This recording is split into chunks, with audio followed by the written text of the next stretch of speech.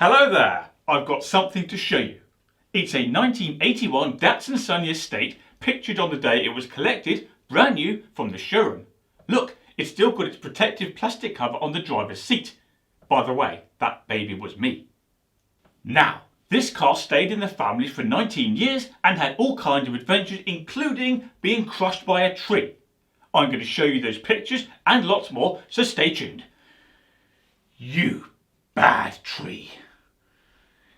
Welcome to Cars by TV.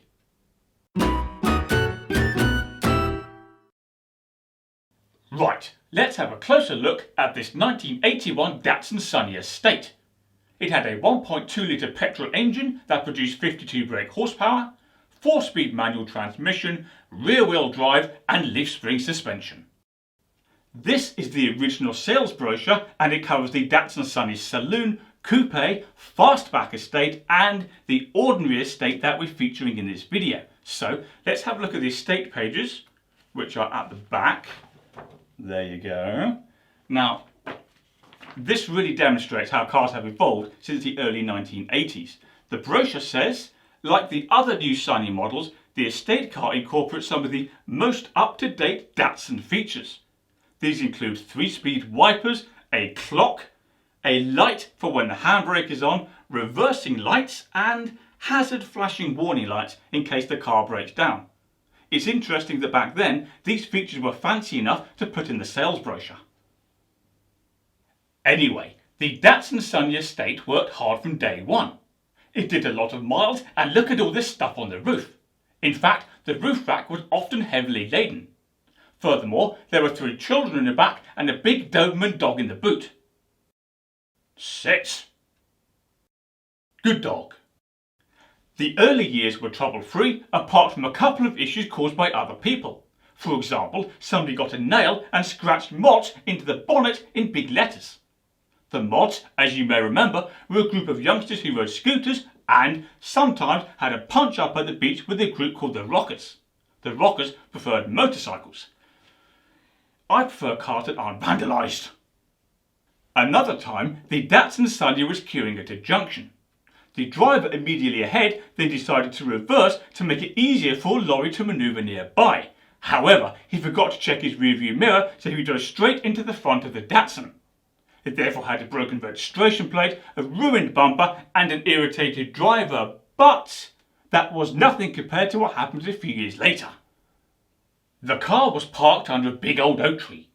When the owner returned, he found a big, heavy branch had fallen from the tree and crushed the car. Have a look at these pictures. For starters, the windscreen shattered into a million pieces. You can see the remnants of it around the frame. Most of these pieces fell inside the car. They were here in the front floor well, on the seats, in the back, and pretty much everywhere else too. And that was just the start of it. The wing, the bonnet and the scuttle plate were dented too. Luckily, the car wasn't so badly damaged that it couldn't be repaired, so even though it was old at this point, it was repaired. Had the branch fallen just a little bit further back, it would have hit the car's A-pillar and the roof, and then realistically it would have been beyond practical repair. Oh, and I think I'm right in saying that this tree incident was the only time in the car's life that it came home on a recovery truck. This Datsun was totally reliable. By now, I was old enough to drive the car myself and here I am moving some carpet. However, the car was past its best. As is typical of vehicles of this period once they get old, the problem was rust. Look, for example, at the tailgate. Can you see 4 patches of grey filler? Before this repair, there are 4 big holes instead. Have a look at the wing too. This is the front left. However, the biggest issue was the sills. They were gone. Can you see this large hole on the right of the vehicle? Here's another hole on the left.